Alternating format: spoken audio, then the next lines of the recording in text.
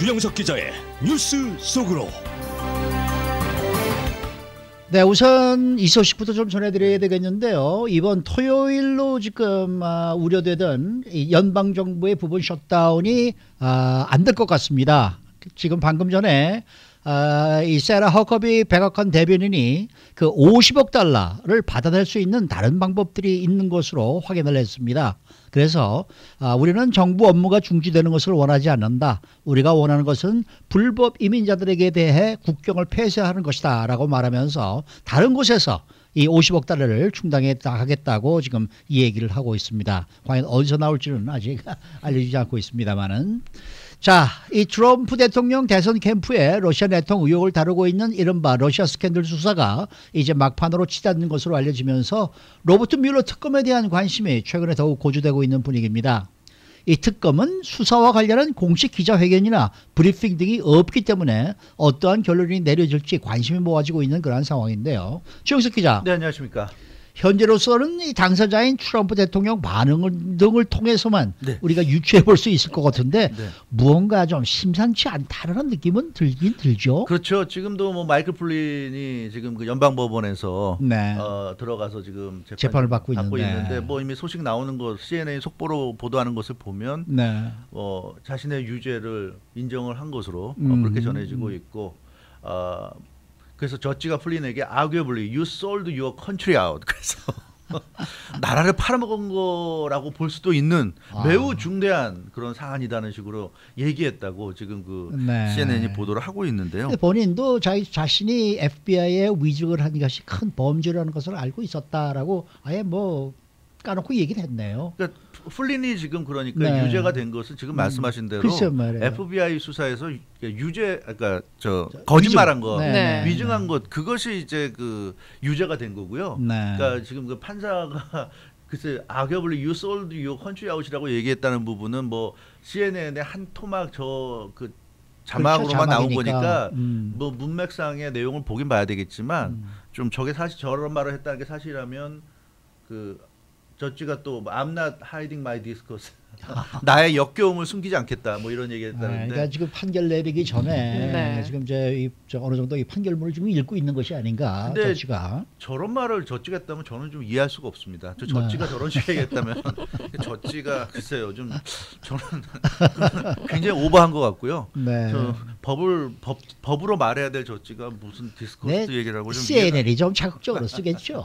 헤드라인 뽑는 것도. 그 하여튼 지금 보면 굉장히 심각하게 상황은 돌아가는 것 같은데 네. 뭔가 하여튼 그 정확한 건 없고 저렇게 좀 굉장히 자극적인 선정적인 그런 내용들로 좀 가득 찬 것이 지금 현재 특검이고 그것은 앞서 말씀하신 대로 한국 특검은 매일같이 브리핑하면서 국민들에게 미리 다 알려주잖아요. 네. 미리 알리는 게 아니라 지금 현재 진행되는 상황을 알려주는 건데 네. 지금 미국 특검은 그런 게 없기 네. 때문에 그게 뭐 장점일 수도 있지만 굉장히 심각한 단점도 있는 게 지금같이 이렇게 온갖 스페큘레이션이 나오는 가운데서도 누구도 진실은 모르는 상황에서 도대체 CNN이나 뉴욕타임즈가 보도하는 게 얼마나 팩트를 반영하는지는 아무도 알 수 없는 상황에서 지금 계속 많은 얘기들이 흘러나오고 있고 특검은 하나도 컨펌을 해주지 않고 있다는 점, 이런 점 등이 굉장한 지금 문제인 것 같은데요. 어찌됐건 뭐 이 시간에 어제도 자세히 보도해드렸지만 트럼프 대통령은 이 러시아 스캔들 특검 수사를 위치헌트 마녀사냥이라고 네. 계속 좀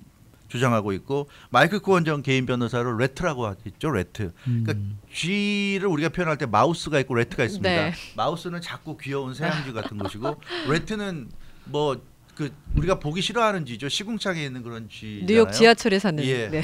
그래서 그 레트라는 표현을 써서 네. 이 마이클 코언을 아주 맹렬히 비난했고요. 로버트 뮬러 특검은 반대로 철저하게 자명하면서 이 모습을 드러내지 않고 있습니다.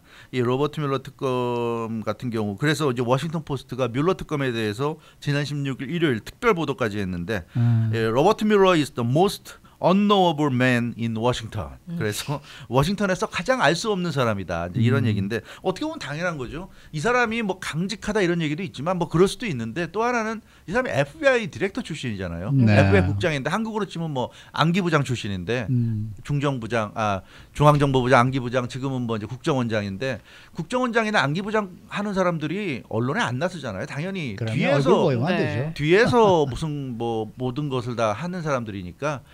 이 사람의 특성상 이 사람은 평생을 FBI에서 지내왔던 사람이니까 당연히 뭐 이 사람은 언론 앞에 나서는 것을 꺼려할 것이고요. 그러나 뭐 본인이 나서지 않는 것과 관계없이 이미 많은 사람들이 뮬러 특검을 주목하고 있기 때문에 지금 뮬러 특검이 뜨거운 관심을 받고 있다. 그러면서 워싱턴 포스트는 지금은 뮬러 타임이다. 이 아시다시피 미국의 유명한 맥주 밀러, 밀러 네. 타임이라는 광고가 유명한데 그것을 빗대 가지고 뮬러 타임이다. 뮬러 네, 타임이다. 뮬러 타임. 네, 이렇게 네. 얘기하고 있습니다. 아무튼 그래서 지금 그 더군다나 오늘 또 이렇게 마이크 플린 이 재판까지 벌어지고 있기 때문에 굉장히 어찌됐건 그 뮬러 특검에 대한 관심이 고조되고 있는 그런 상황입니다. 네. 네. 지금 현재 상황으로서는 저희가 이제 게싱만 해볼 수 있는 네. 거예요. 유추만 해볼 네. 수 있는 건데요. 네. 트럼프 대통령에 반응하고 네. 로버트 뮬러 특검의 이 침묵이 너무나 극명하게 그렇죠. 대비가 되고 있기 때문에 앞으로 상황이 어떻게 될지 이게 폭풍 속의 전야 같기도 하고 네. 예, 그게 참 궁금하단 말이죠. 그렇죠. 네. 근데 참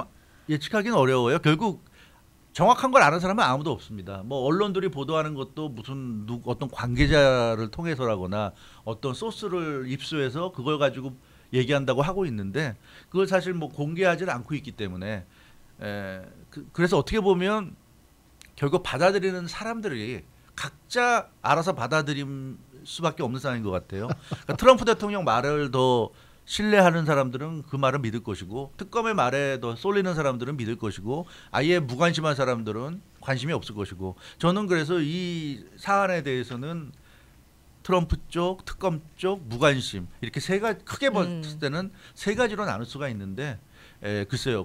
저는 개인적으로 일반 미국 국민들이 이 사건에 대해서 얼마나 관심이 있는지 저는 무관심 쪽이 좀 많지 않나 저는 그런 생각을 개인적으로 해보게 됩니다. 아주 정치적으로 민감한 사람들은 이런 보도를 매일같이 접하면서 나름대로 흥미를 가질지 모르겠지만 일반 미국인들이 글쎄 이 사건에 대해서 워싱턴 정치권이나 언론들은 매일같이 이 보도만 하죠. 거의 지금 CNN도 오늘 아침부터 저 새벽부터 보고 있지만 하루 종일 네, 이 보도밖에 종일. 없습니다. 그래서 CNN만 보면 미국에는 오직 뮬러 특검밖에는 없는 것 같아요. 어떠한 사건 사고도 없고 어떠한 뉴스도 없는 오로지 미국은 뮬러 특검, 러시아 스캔들밖에 없는 것 같은 것이 CNN의 지금 뉴스입니다. 근데 아무튼 이런 상황이다 보니까 어떻게 될지는 사실 아무도 알 수 없다. 다만 지금 흘러나온 것을 볼 때는 분명히 뮬러 특검이 트럼프 대통령에 대해서 어떠한 이 구체적인 혐의가 정확히 뭐가 적용될지는 두고 봐야 되겠지만 어찌됐건 그 유죄를 적용하기 위해서 트럼프 대통령이 법을 위반했다는 것을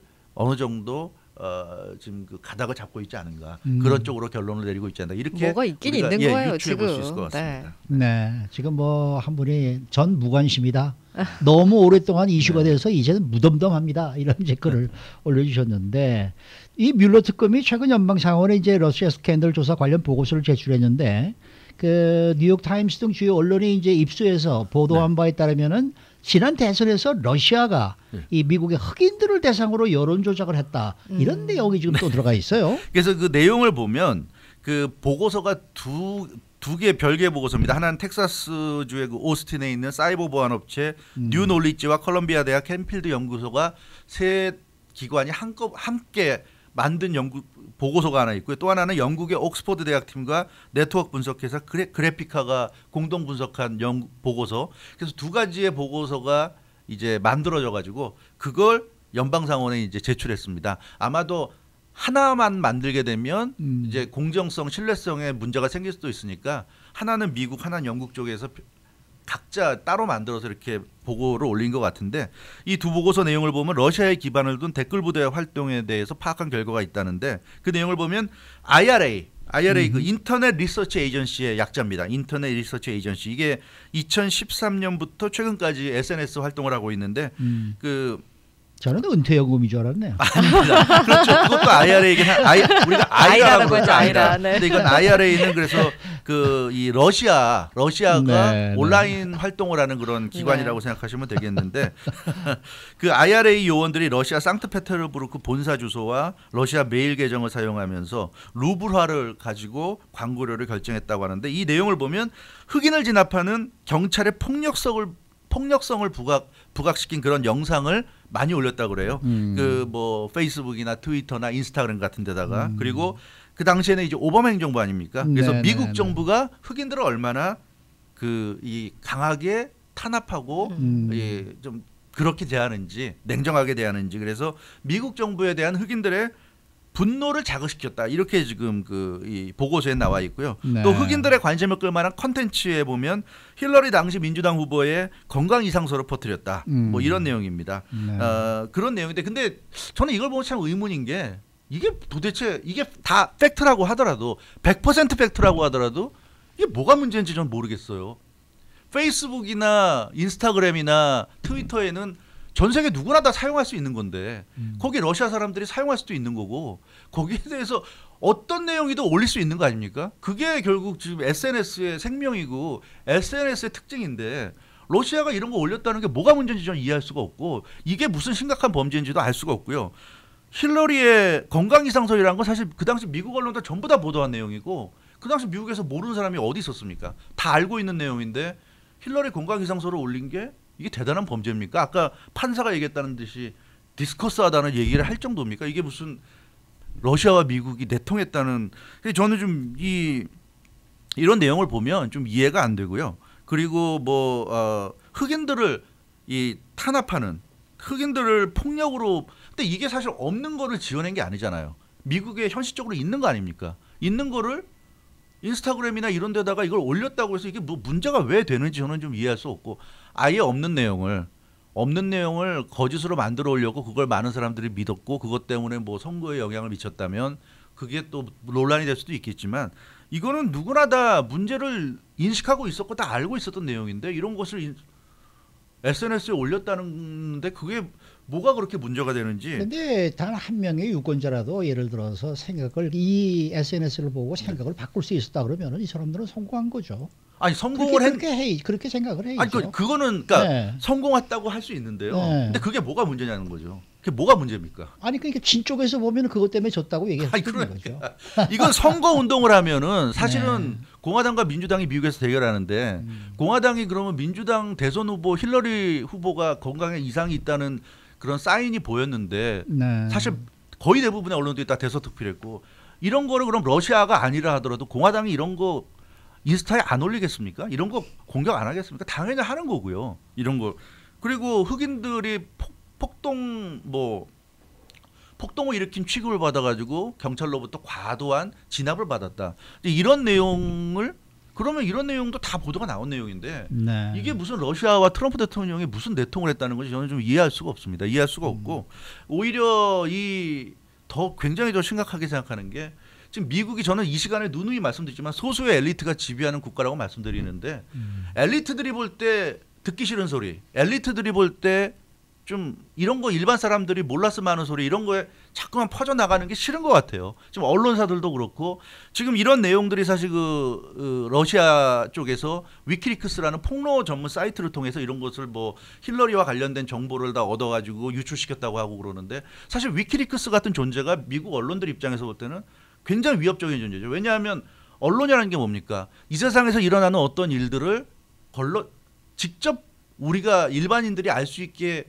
보도는 하지만 그 과정에서 언론들이 거르잖아요. 그러니까 언론들의 시각을 통해서 우리가 접하게 되는데 그러니까 싫든 좋든 언론사의 어떤 생각, 언론사의 입김 같은 게 반영이 돼서 우리가 그 사실을 접하게 되는데 위키리크스는 그런 게 없잖아요.